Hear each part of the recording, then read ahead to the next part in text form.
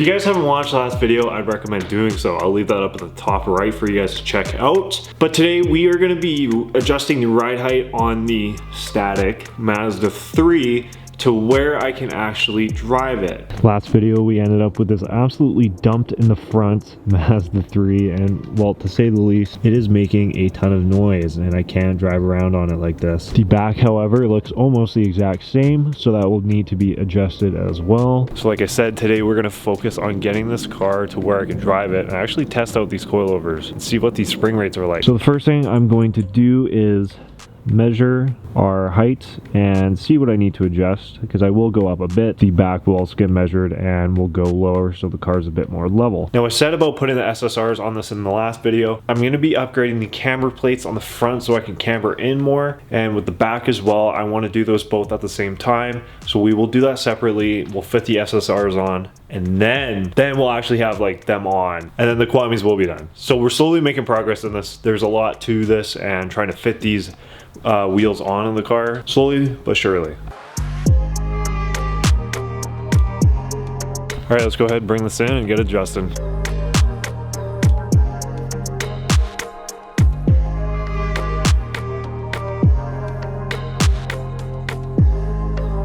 If you guys have never adjusted coilovers before, it's actually very, very simple. We need to crack this bottom collar here. Instead of squishing down where we're going, we're gonna extend. So we want this bottom to pretty much go down. And we're just gonna keep turning it until we get it where we want it to go. Then obviously you can measure everything and your fronts are good to go. A little tip is if you want it equal to the other side, you can measure from certain points, which is what I did. And then you can basically just go by, you know, measure a little bit, go to the other side, adjust that side, and you'll be equal. But that's it for the fronts already. Throw this wheel back on. So with the fronts all done, we're gonna go ahead and move on to the rears. Now the rear's a bit more tricky because it's a shock separated with the spring combo, not like the coilover. So I have to obviously adjust my preload as I adjust my spring, but obviously we know what we're doing for the spring, so let's go ahead and take those wheels off. And how low can you go? To make this easier on myself, because I have to adjust the preload anyway, I'm just gonna drop the knuckle and do it by this way.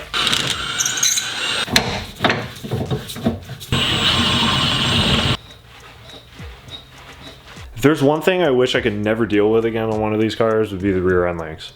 It just wastes so much time, especially when it comes to rear coil adjustment. I'd rather do the transmission on this again, which I might have to. I'm gonna throw this wheel on and we're gonna drop this thing. Take a look at how it looks.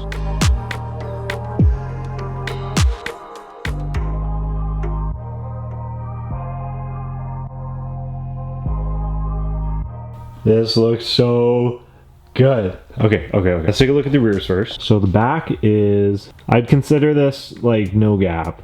Like obviously there's like gap, but there's like tire defender, basically good, which is what I was aiming for. This side for some reason looks a little bit higher, and it was like that before. We'll see what it looks like when I get outside on level. This side we are getting a little tire in the fender, and same thing on the passenger side. Looking good and looking good again. The rear is running no spacer now. Same thing, it's looking pretty good. And a bit more camber on this side. Well, this side's also a little lower too, I think. Let's get this thing outside and see how this looks.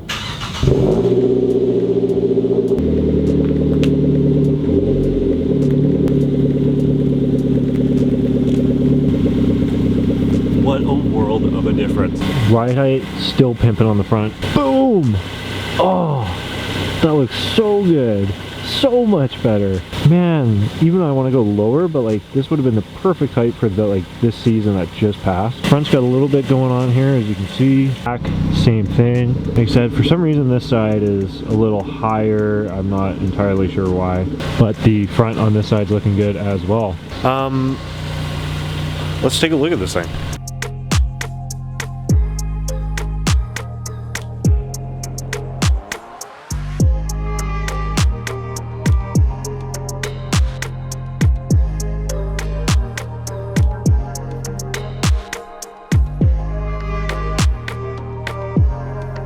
Okay, so obviously This thing was making noises, already pulling out of the driveway. It looks so good though. Such a good height. Just start with. I might even just run it like this, to be honest, with the SSRs. Well, I might have to. Let's go for a drive. I am expecting not to go far. Oh, I already feel it, dude. Wow, this thing is bouncy. We're going. Oh! I felt that. Oh my God.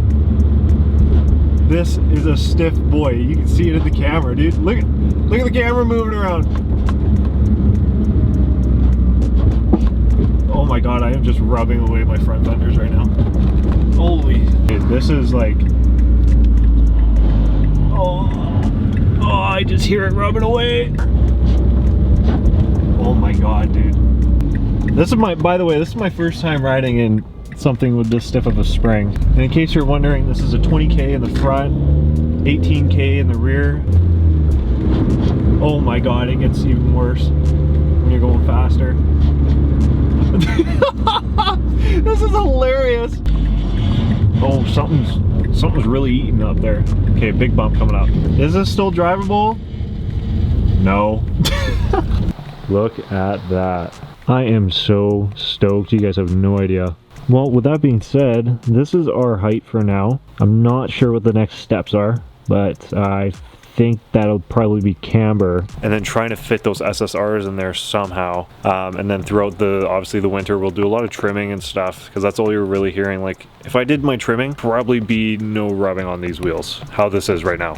And it'd probably go lower.